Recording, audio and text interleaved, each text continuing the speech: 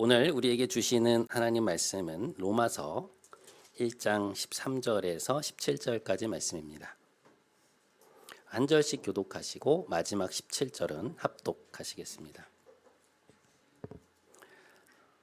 형제들아, 내가 여러 번 너희에게 가고자 한 것을 너희가 모르기를 원하지 아니하노니 이는 너희 중에서도 다른 이방인 중에서와 같이 열매를 맺게 하려 함이로되 지금까지 길이 막혔도다.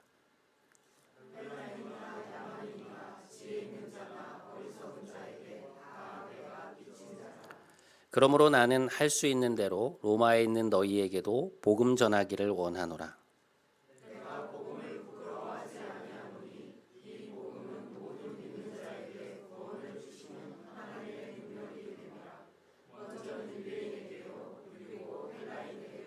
함께 복음에는 하나님의 의가 나타나서 믿음으로 믿음에 이르게 하나니 기록된 바 오직 의인은 믿음으로 말미암아 살리라 함과 같으니라. 아멘. 이것은 하나님의 말씀입니다.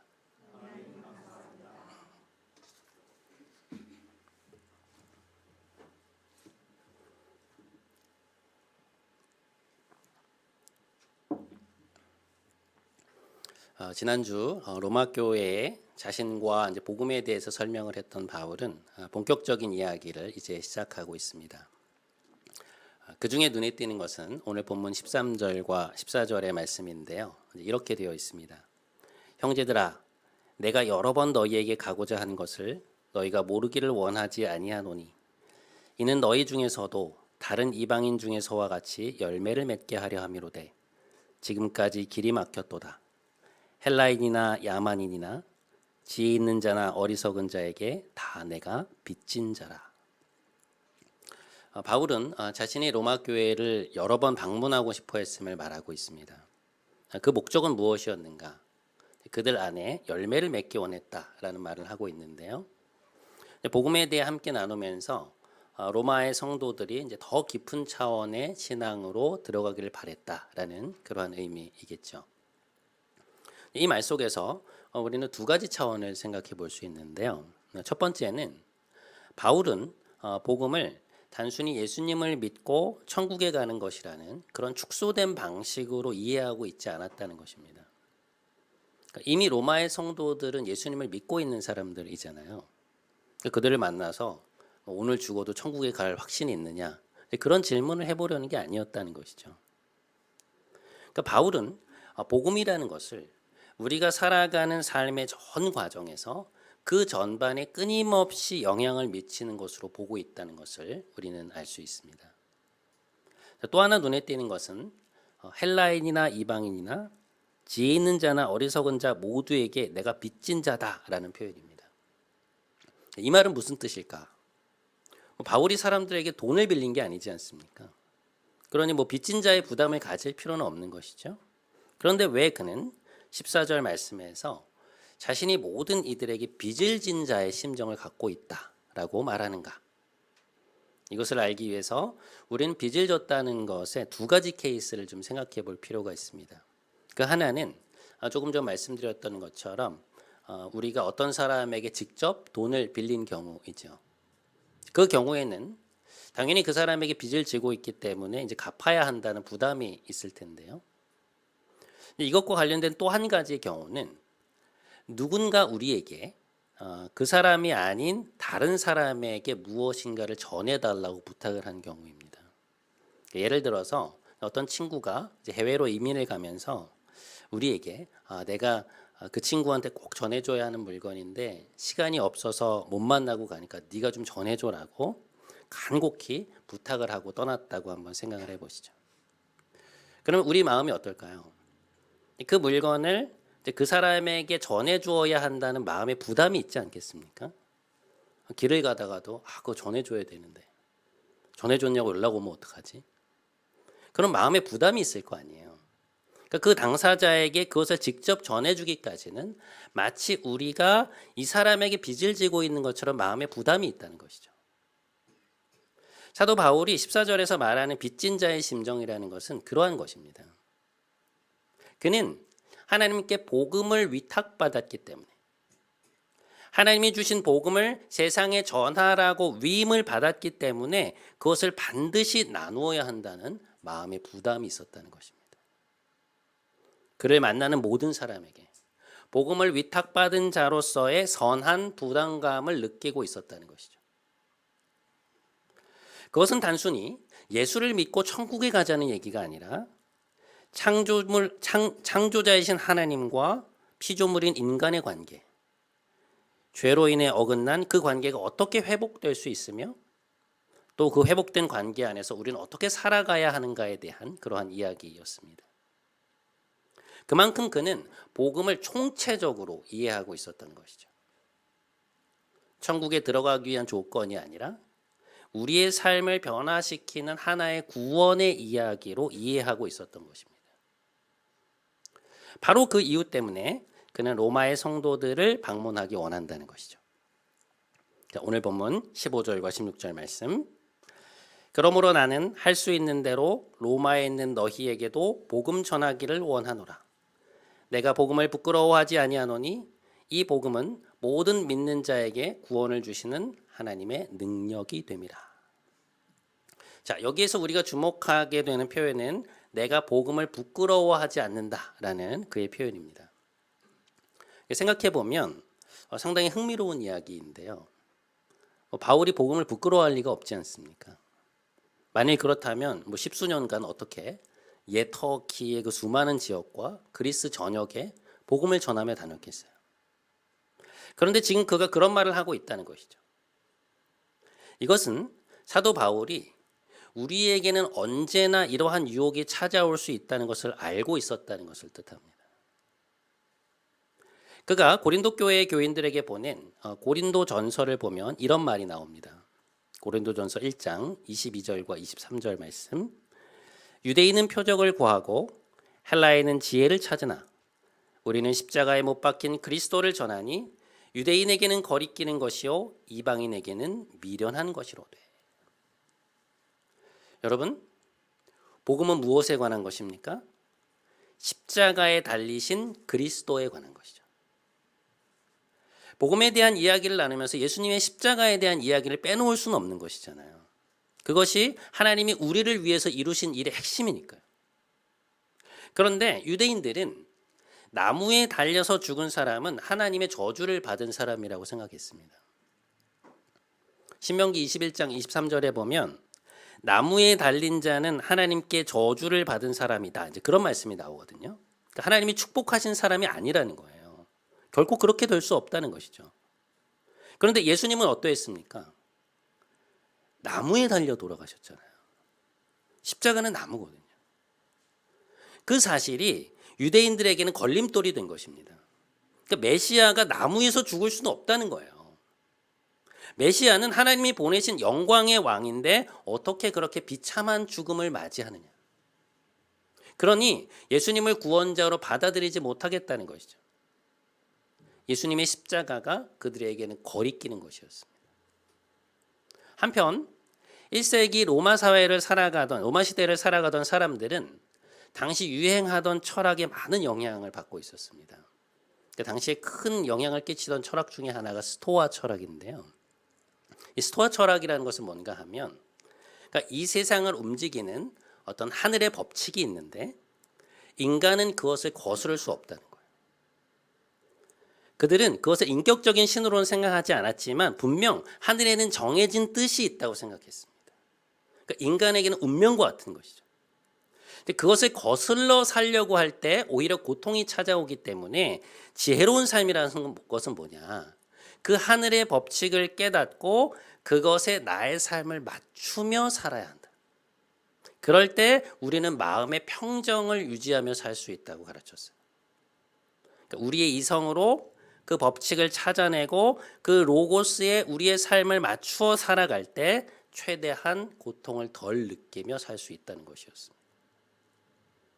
그러니까 1세기 로마 사회는 이러한 지적이고 학문적인 철학들을 선호했어요. 이성과 영혼은 순수하고 육체는 불결하다고 하는 이원론적 사고가 널리 퍼져 있었습니다. 그런데 복음은 무엇을 말하나요? 십자가에 달리신 예수님을 전하거든요. 신이 인간이 되어 이 세상에 오셨고 그분이 고난을 당하시고 심지어 우리를 위해 죽으셨다. 하나님의 아들이신 예수 그리스도의 죽음과 부활을 통해 우리가 구원을 얻게 되었다. 그것이 복음의 전원인데 이게 헬라 사람들에게는 매력적인 이야기가 아닌 거예요. 어떻게 완전한 신이 인간의 불결한 육체를 입을 수 있느냐? 어떻게 불멸하는 신이 죽을 수 있느냐? 그것도 그렇게 가장 비참한 방식으로. 그들이 볼 때는 그게 어리석어 보인다는 것이죠. 그래서 기독교 신앙을 받아들이는 것이 쉽지 않았다는 것입니다. 바울은 그런 상황들을 알고 있었던 것이죠. 복음이라는 것이 믿음을 가진 우리에게는 참 진리이지만 그것을 받아들이지 않는 사람들에게는 거부당하고 멸시당할 수 있다는 사실을 그는 충분히 인지하고 있었습니다. 그래서 선뜻 복음에 대해 말하거나 내가 하나님을 믿는 사람이라고 말하지 못하는 상황이 1세기의 성도들에게도 있었다는 것입니다. 그들도 복음을 부끄러워할 수 있었다는 거예요. 여러분, 우리도 때로 이러한 유혹에 맞닥뜨릴 때가 있지 않습니까? 나름 복음에 대한 자부심이 있고 분명 하나님 살아계시다는 확신이 있지만 예수님에 관한 이야기가 다른 이들에게 무시를 당하거나 혹은 받아들여지지 않을 것에 대한 두려움이 있잖아요. 가정에서도 심지어 가족임에도 불구하고 나와 아주 친한 친구임에도 불구하고 하나님에 대한 이야기를 꺼내는 것이 쉽게 입에서 떨어지지 않을 때가 있습니다. 밖에서도 마찬가지죠. 그들의 문제가 아니라 우리 내면 안에 있는 괜한 부끄러움 때문에 위축되는 마음 때문에 우리가 교회에 다닌다는 것을 자연스럽게 말하지 못할 때가 많은 것이죠. 하나님에 관한 이야기를 나누기가 어려운 것입니다. 그런데 여러분, 바울이 하고 있는 이야기는 무엇입니까?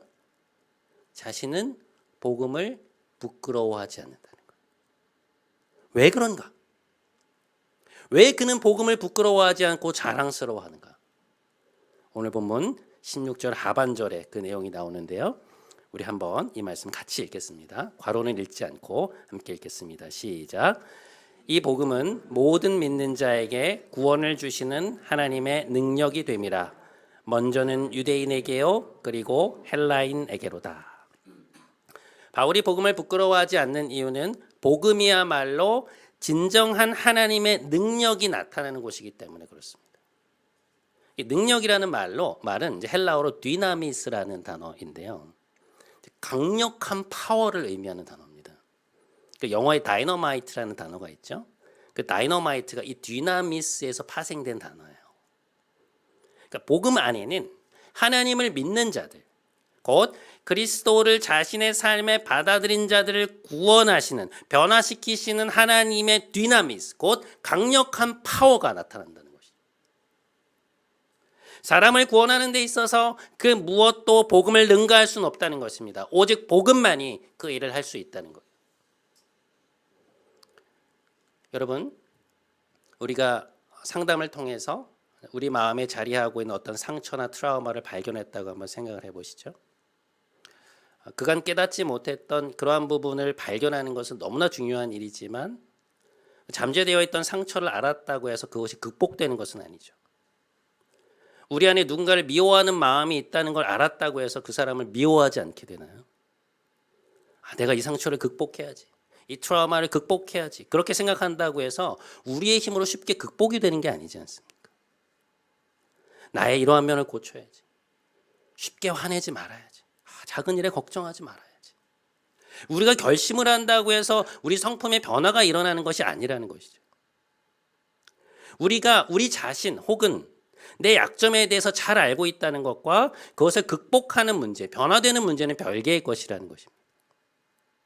여러분, 우리가 선이 무엇인지를 안다고 해서 그것을 행할 수 있는 능력이 있나요? 이게 옳은 것이니 이렇게 해야 돼. 이게 좋은 것이니 이렇게 해야 돼. 머리로는 알고 있지만 실제 우리의 삶은 어떻습니까? 그것과 다르게 행동할 때가 너무 많죠. 인간의 마음은 죄에 의해서 깊이 영향을 받고 있기 때문에 자꾸만 왜곡된 경향으로 빠지게 되어 있어요. 잘못된 쪽으로 기우는 것입니다. 그러한 경향성을 성경은 죄라고 표현하죠. 여러분, 우리가 교육이 부족한가요? 지식이 부족합니까? 경험이 없습니까? 그러나 우리에게는 우리의 연약함을 뛰어넘을 수 있는 능력, 내가 알고 있는 바 선을 지속적으로 그리고 온전히 행할 수 있는 능력이 없다는 것입니다. 우리 안에는 그런 능력이 없어요. 그런데 그것을 바로잡아 주실 수 있는 분이 누구시라고요? 바로 하나님이시라는 것입니다. 우리가 알고 있는 이 선을 자꾸만 이탈하려고 하는 우리의 왜곡된 욕망으로부터, 우리 자신만을 위하여 살고자 하는 우리 안에 있는 이 이기심의 질주로부터, 자꾸만 우리를 다른 곳으로 몰고 가는 죄의 경향으로부터 우리를 구원하실 수 있는 분은 오직 하나님뿐이신데, 그 하나님을 우리가 어디에서 만날 수 있느냐? 십자가에 달리신 그리스도에 관한 복음 안에서 만날 수 있다는 것입니다. 우리의 모습을 철저히 드러내시는 십자가 앞에서 우리는 우리의 죄성을 고백하게 되고, 우리를 지으신, 우리를 위하여 죽으신 그리스도의 죽음을 통해 하나님 아버지와의 용서와 화해를 경험하게 된다는 것이죠. 하나님과 끊어졌던 관계가 시작된다는 것입니다. 죄로 인해 손상되고 망가졌던 우리 안에 있는 하나님의 형상이 비로소 회복되어 가기 시작한다는 거예요. 온유한 사람으로, 평화를 사랑하는 사람으로, 다른 사람을 긍휼히 여기고 자비를 베풀 줄 아는 사람으로, 마음이 정결한 사람으로, 의의가 무엇인지 알고 그것을 위해 고난을 받을 수 있는 사람으로 변해간다는 것입니다.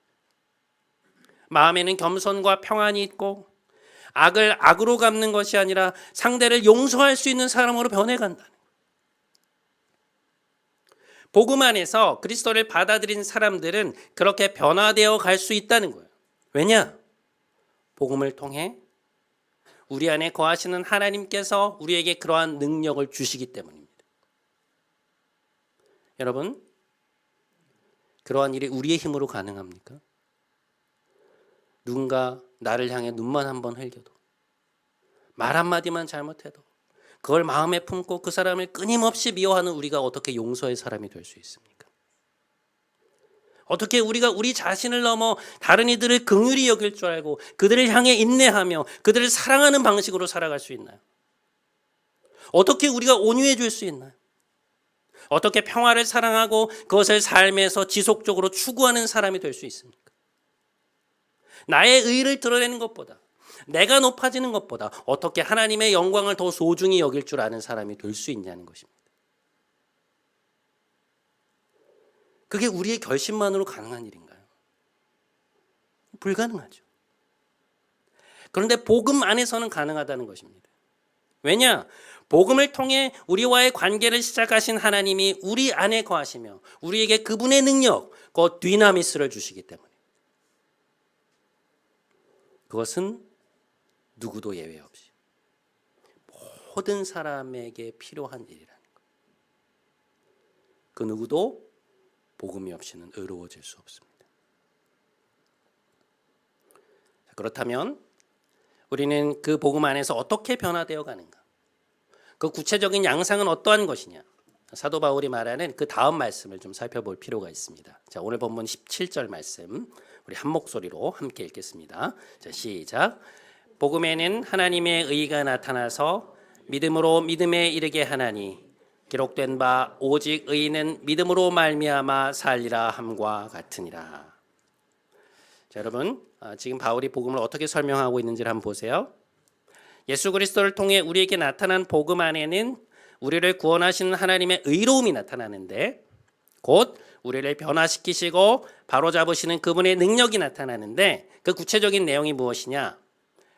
믿음으로 믿음에 이르게 한다는 것입니다. 이 말은 우리가 복음 안에서 어떻게 변화되어 가는지를 설명한 말이라고 볼 수 있어요. 이 말은 크게 두 가지의 의미로 해석이 가능합니다. 첫째, 작은 믿음에서 더 큰 믿음으로라는 의미입니다. 여러분, 우리는 모두 하나님께 대한 믿음으로 신앙생활을 시작하죠. 하나님이 그리스도를 통하여 십자가에서 하신 일을 믿음으로 받아들일 때 우리 안에 하나님과의 관계가 시작되는 것 아닙니까? 그러나 처음에는 하나님에 대한 우리의 믿음이 크지 않죠. 처음부터 하나님께 대한 굳건한 신뢰가 있는 것이 아닙니다.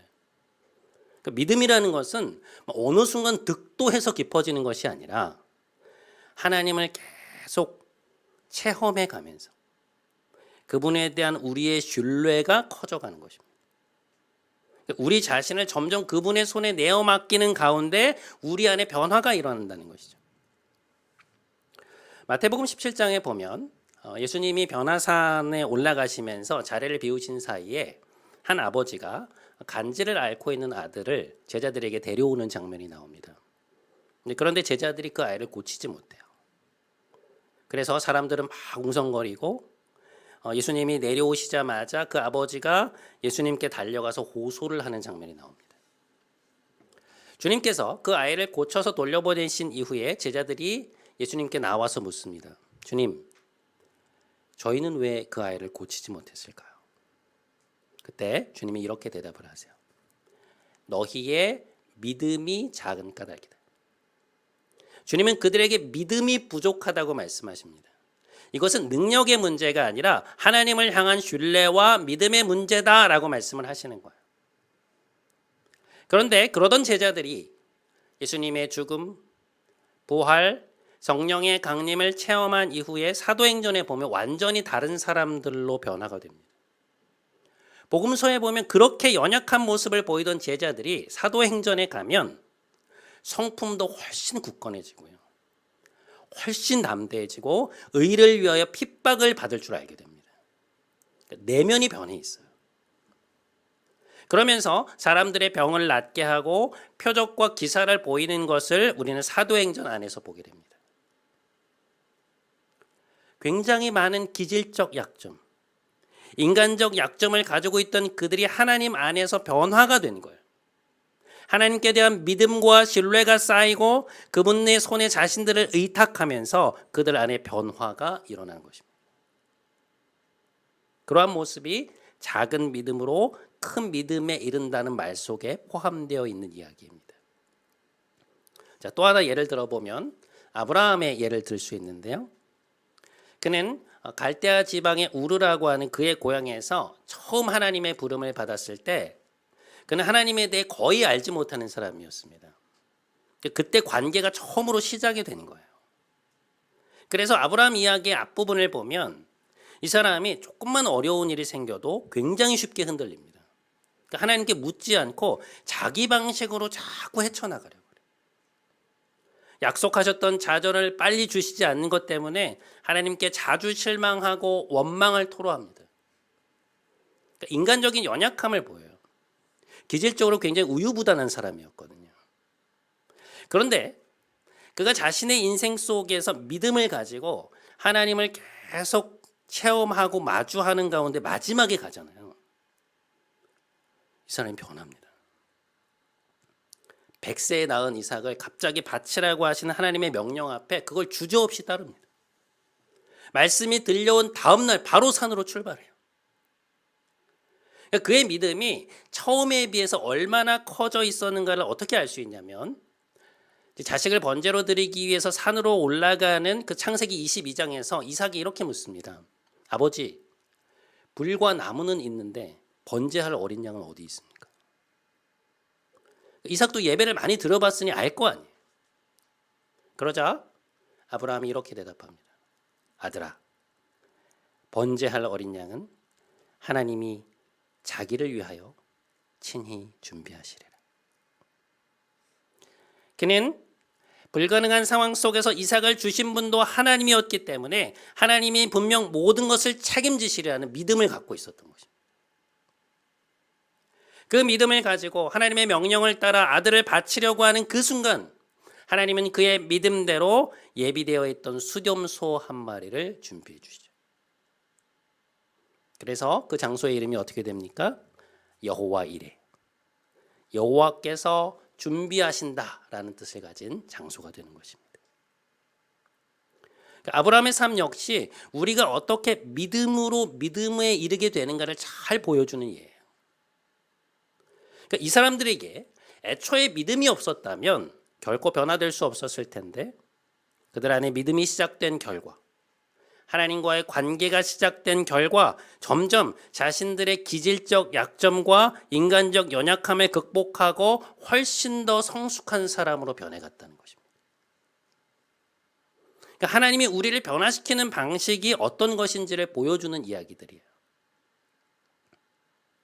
자, 이것이 믿음으로 믿음에 이른다고 하는 말의 첫 번째 의미이고요. 두 번째 의미는 무엇이냐? 하나님의 신실하심으로부터 인간의 믿음으로라는 뜻입니다. 믿음이라는 뜻을 가진 헬라어 피스티스는 신실함이라는 뜻도 갖고 있습니다. 헬라어는 이 한 단어 안에 비슷한 의미군들이 이렇게 포함되어 있거든요. 로마서의 핵심 주제 중에 하나가 하나님의 신실하심인데요. 뒤에 가면 이제 우리가 보게 될 텐데요. 그래서 이 17절에 나오는 첫 번째 피스티스를 하나님의 신실함으로 해석할 수 있다는 거예요. 이 말은 무슨 뜻인가? 여러분, 우리가 지난 시간에 하나님의 택하심이라는 개념에 대해서 함께 생각해 보았죠. 성경 안에서 하나님의 택하심이라는 주제가 왜 그렇게 중요한가 하면 그 말 속에는 하나님이 우리를 택하셨다는 것뿐만 아니라 동시에 그러한 우리를 끝까지 돌보신다는 의미도 담겨 있기 때문입니다. 하나님이 우리를 택하셨다는 것은 뭐냐? 과거에도 그러하셨지만 앞으로 펼쳐질 우리의 인생 속에서도 하나님이 신실하게 우리의 걸음을 인도하실 것이라고 하는 뜻이 그 안에 담겨 있다는 거예요. 중간에 우리를 버리지 않으신다는 것입니다. 로마서 8장 35절 말씀, 누가 우리를 그리스도의 사랑에서 끊으리요? 내가 확신하노니 사망이나 생명이나 천사들이나 권세자들이나 현재일이나 장래일이나 그 어떤 피조물이라도 우리를 우리 주 그리스도 예수 안에 있는 하나님의 사랑에서 끊을 수 없으리라. 여러분, 우리가 읽지는 않았지만 이 말씀 바로 앞에 있는 말씀들이 뭔가 하면 지난 시간 우리가 보았던 하나님이 우리를 미리 정하시고 미리 정한 우리를 부르시고 부르신 우리를 의롭다고 하셨다는 말씀. 그러니까 우리에 대한 하나님의 택하신 부르심이라는 것은 성경 안에서 항상 무엇과 함께 같이 다니느냐? 하나님의 신실함과 짝으로 다니는 단어라는 것입니다. 그래서 우리가 성경에서 택하심이라는 단어를 보잖아요. 그러면 곧장 떠올려야 되는 단어가 무엇이냐? 하나님의 신실함이라는 단어예요. 그 신실하심으로. 하나님은 그분을 떠나 있었던 우리를 어떻게 하셨다는 것입니까? 자신에게 등을 돌리고 떠났던 우리를 버리지 않으시고 기어이 찾아오셔서 우리에게 자신을 보여주시고 알게 하시고 믿음을 갖게 하셨다는 것이죠. 그렇게 우리를 자신의 것으로 다시 찾으셔서 의로운 자로 변화시켜 가신다는 것입니다. 우리의 구원을 완성해 가신다는 거예요. 그것이 바로 하나님의 신실하심이 우리의 믿음을 낳는다는 말이에요. 오늘 바울이 말하는 복음에는 하나님의 능력이 나타난다는 말의 의미입니다. 하나님은 그렇게 그분의 신실하심으로 우리 안에 선한 일을 시작하셔서 우리의 마지막까지 그 일을 이루어 가신다는 것입니다. 너무나 놀라운 이야기죠. 사랑하는 여러분, 우리는 오늘 창립 3주년 감사 예배를 드리고 있습니다. 작년 2주년 예배에서 저는 하나님이 우리 모두를 이 교회로, 이 공동체로 부르셨음에 대하여 말씀을 드렸습니다. 저 역시도 그저 하나님이 세우신 이 교회의 목회자로 부름을 받았을 뿐이며 여러분 역시 각자의 상황 속에서 각자의 신앙 여정 속에서 하나님이 여러분을 이곳으로 부르셨다는 말씀을 드렸어요. 여러분, 우리를 이곳으로 부르신 분은 하나님이십니다. 믿으시죠? 그렇다면 3년 전에는 아예 존재하지도 않았던 이 교회를 택하시고 부르시고 여기까지 인도해 오신 하나님께서 앞으로도 신실하게 우리의 여정을 인도해 가시지 않겠습니까? 이 공동체를 인도해 가시지 않겠어요? 여러분 개개인을 택하여 여러분의 가정을 택하여 이 공동체로 부르셨다면 여러분 역시 이 공동체와 함께 주님께서 진정 의로운 자들로 세상의 복음의 능력을 드러내는 자들로 우리가 가진 기질의 한계를 넘어 예수 그리스도를 닮은 자들로, 산상수훈의 말씀을 실천하는 자들로, 세상의 빛과 소금이 되는 공동체로 우리를 변화시켜 가시지 않겠습니까? 그것은 너무 자명한 일 아니겠어요? 우리를 불러 의롭게 하시고 변화시키실 수 있는 분은 오직 하나님뿐이십니다. 이번 설교를 준비하면서 이 말씀이 제 마음에 와서 닿았습니다. 올 한해 우리가 이 말씀을 가슴에 품고 좀 교회를 위해 함께 기도해 나가면 좋을 것 같은데요. 누가복음 12장 32절 말씀입니다. 우리 한번 함께 읽겠습니다. 자, 시작. 적은 무리여 무서워 말라. 너희 아버지께서 그 나라를 너희에게 주시기를 기뻐하시느니라. 우리 다시 한 번만 읽겠습니다. 시작. 적은 무리여 무서워 말라. 너희 아버지께서 그 나라를 너희에게 주시기를 기뻐하시느니라. 사랑하는 여러분, 하나님은 그분의 나라를 우리에게 주시기를 기뻐하십니다. 하나님은 우리를 위하여 그분의 나라를 예비하고 계십니다. 오늘 우리에게 허락하시는 하나님 나라를 기쁨으로 받고 복음의 능력 안에서 우리의 죄성과 기질적 한계를 극복하여 의인으로 변화되어 나가시는 더불어서 은혜교회의 모든 성도님들이 되시기를 주님의 이름으로 간절히 축원드립니다.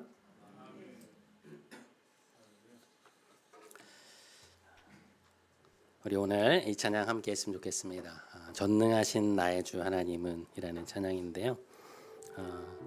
전능하신 나의 주 하나님은 능치 못하실 일 전혀 없고 또 우리의 삶에 그분의 전능한 능력으로 함께하고 계십니다. 여러분, 우리 신실하신 하나님 또 전능하신 하나님을 우리가 의뢰하면서 지금껏 인도해 오신 이 3년을 넘어 또 앞으로 나아가겠습니다.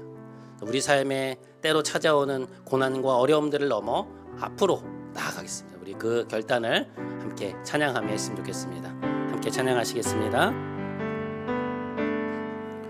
전능하신 나의 주 하나님은 능치 못하실 일 전혀 없네.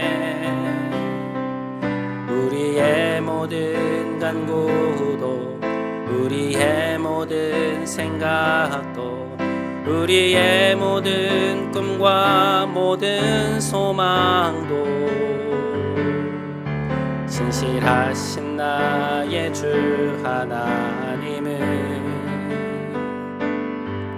우리의 모든 괴로움 바꿀 수 있네. 불가능한 일 행하시고 죽은 자를 일으키시니 그를 이길 자 아무도 없네. 주의 말씀 의지하여 깊은 곳에 금을 던져 오늘 그가 놀라운 일을 이루시는 것 보라. 주의 말씀 의지하여 믿음으로 금을 던져 믿는 자에게 능치 못하. 주의 말씀 의지하여 주의 말씀 의지하여 깊은 곳에 금을 던져 오늘 그가 놀라운 일을 이루시는 것 보라. 주의 말씀 의지하여 믿음으로 금을 던져 믿는 자에게 능치 못함 없네.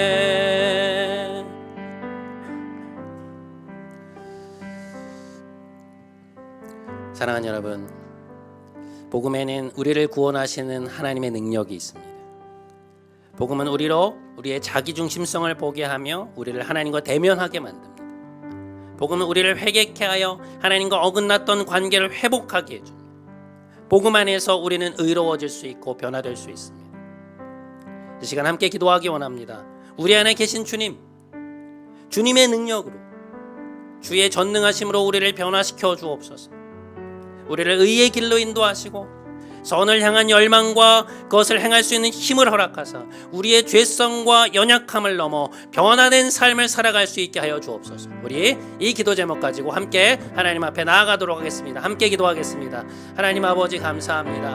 하나님 오늘 우리에게 말씀을 허락하여 주시고 우리에게 내가 너에게 능력을 주노니 너는 변화될 수 있고 너는 의롭게 될 수 있다고 말씀하여 주셔서 감사합니다. 하나님 우리의 능력으로 변화할 수 없습니다. 우리의 결심으로 변화할 수 없습니다. 선을 알고 있지만 무엇이 옳은지 알고 있고 어떻게 하는 것이 좋은지 알고 있지만 우리는 그렇게 행하지 못할 때가 너무나 많습니다. 우리의 결심이 연약하고 죄로 인한 우리의 망가짐들이 많이 있습니다. 주님, 손상된 하나님의 형상을 회복시켜 주옵소서. 주님의 능력으로, 주님의 디나미스로 우리를 인도하셔서 우리 안에 새로운 의로움이 생겨나게 하시고 우리가 변화되게 하시고 우리가 알고 있는 바 선을 행하며 나아갈 수 있도록, 우리가 알고 있는 바 옳은 방향으로 나아갈 수 있도록, 용기를 가지고 삶을 살아갈 수 있도록 우리와 함께하여 주시옵소서. 우리에게 힘을 부어주시고 능력을 주시고 하나님 앞에서 살아갈 수 있도록 우리와 함께하여 주시옵소서. 주님, 우리에게 내려 주옵소서. 여러분, 우리 안에 믿음의 일을 시작하신 분은 하나님이십니다. 하나님은 그분의 신실하심으로 그분을 떠나 있었던 우리를 찾아오셔서 우리에게 하나님을 보여주시고 알게 하시고 믿음을 갖게 해주셨습니다. 우리를 부르신 분은 신실하십니다. 결코 우리를 버리지 않으십니다. 이 시간 한 번만 더 기도했으면 좋겠습니다. 신실하신 하나님, 우리를 택하시고 부르신 하나님을 찬양합니다. 변함없는 신실하심을 우리의 삶의 끝까지 붙드실 줄 믿습니다. 그렇게 우리의 신뢰를 올려드렸으면 좋겠고요. 또 한 가지, 우리 교회를 위해 함께 기도했으면 좋겠습니다. 우리 교회를 3년 전에 이곳에 세우시고 우리를 불러 모으셔서 여기까지 인도해 오신 하나님, 앞으로도 우리를 인도하여 주옵소서. 신실하신 하나님의 종으로서 그 역할을 잘 감당해 나가는 하나님의 교회가 되게 하여 주시옵소서. 그렇게 우리 자신과 또 교회를 위하여 한 번만 더 함께 하나님 앞에 간절히 나아가도록 하겠습니다. 함께 기도하겠습니다. 하나님 아버지 감사합니다. 하나님 우리를 불러 모아주시고 우리의 삶을 이곳으로 뿌리내게 하셔서 함께 하나님의 공동체를 이뤄갈 수 있게 해주셔서 감사합니다. 하나님 우리를 택하신 분은 하나님이십니다. 하나님 신실하시기 때문에 우리를 택하시고 인도해 오신 것처럼 앞으로도 우리의 삶을 인도해 가실 줄 믿습니다.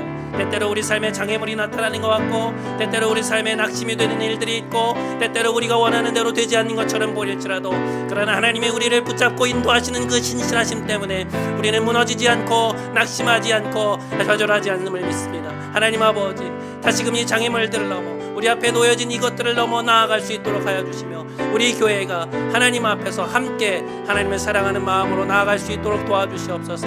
3년 전에는 존재하지도 않았던 우리 교회를 하나님 우리를 택하여 주시고 불러주시고 이렇게 많은 이들이 함께 아름다운 숲으로 이뤄갈 수 있게 해주셔서 감사합니다. 하나님 감사합니다. 하나님 감사합니다. 하나님 우리 교회와 함께 하시고 우리가 하나님이 원하시는 교회, 하나님이 기뻐하시는 교회, 하나님의 영광을 드러내는 교회 될 수 있도록 인도하여 주시옵소서.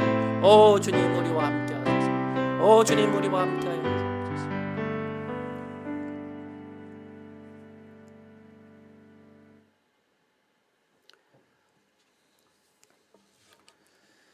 사랑이 많으신 하나님, 우리를 택하신 분이 하나님이시며 우리 안에 믿음이 시작되게 하신 분도 하나님이시며 우리를 변화시켜 구원을 완성하시는 분도 하나님이심을 고백합니다. 작은 믿음으로 큰 믿음에 이르게 하시는 하나님, 우리 삶의 토대가 항상 하나님에 대한 믿음에 있게 하시고 우리를 결코 실망시키지 않으시는 하나님의 일하심을 체험함으로 더욱더 굳건한 믿음의 소유자들로 변화되는 우리가 되게 하여 주옵소서. 우리 교회를 3년 전 이곳에 세우시고 우리를 이곳으로 부르셨음을 고백합니다. 우리는 그저 그 부르심에 순종하여 모였고 하나님을 예배했습니다. 신실하신 하나님, 지금껏 그러하셨듯 앞으로도 우리를 인도하실 줄 믿사오니 하나님을 향한 굳건한 신뢰와 뜨거운 사랑으로 주의 뒤를 따라 십자가의 길을 갈 수 있도록 우리를 붙잡아 주옵소서. 우리 교회를 인도하여 주옵소서. 우리를 위해 십자가에 달리시고 우리를 구원하신 우리 주 예수 그리스도의 이름으로 기도드립니다. 아멘. 다 함께 자리에서 일어나셔서 마지막 파송의 찬양하심으로 오늘 예배 마치도록 하겠습니다.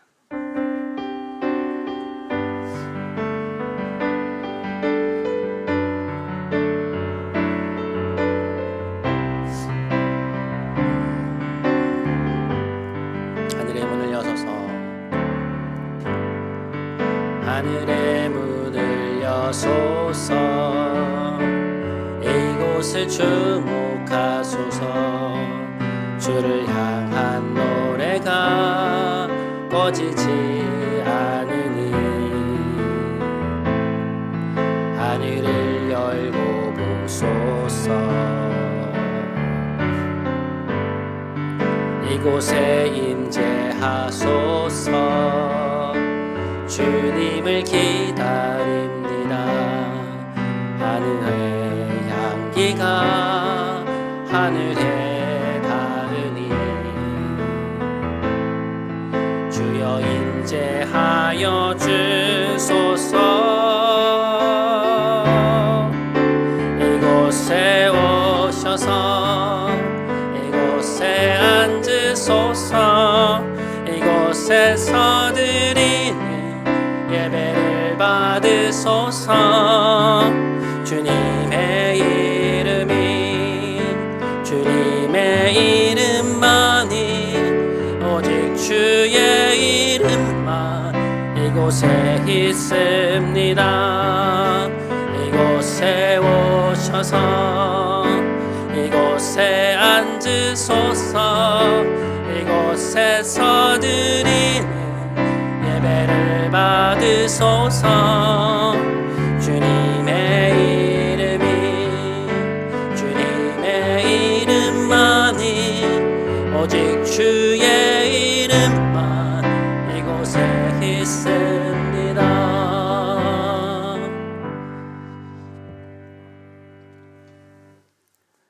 이제는 우리 구주 예수 그리스도의 크신 은혜와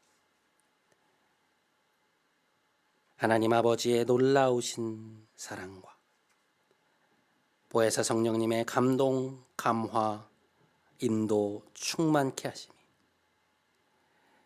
우리 안에 선한 일을 시작하신 하나님께서 앞으로도 신실하게 우리를 이끌어 가실 것을 믿으며 우리 자신과 이 교회의 미래를 하나님께 온전히 의탁드리며 나아가는 사랑하는 모든 성도들의 머리 위에 이들의 가정, 일터, 사랑하는 이들 위에 하나님이 택하사 3년 전 이곳에 세우시고 지금껏 신실하게 인도하신 이 교회 위에 그리고 하나님이 사랑하시는 이 나라 위에 이제부터 영원토록 함께 하시기를 간절히 축원하옵나이다. 아멘.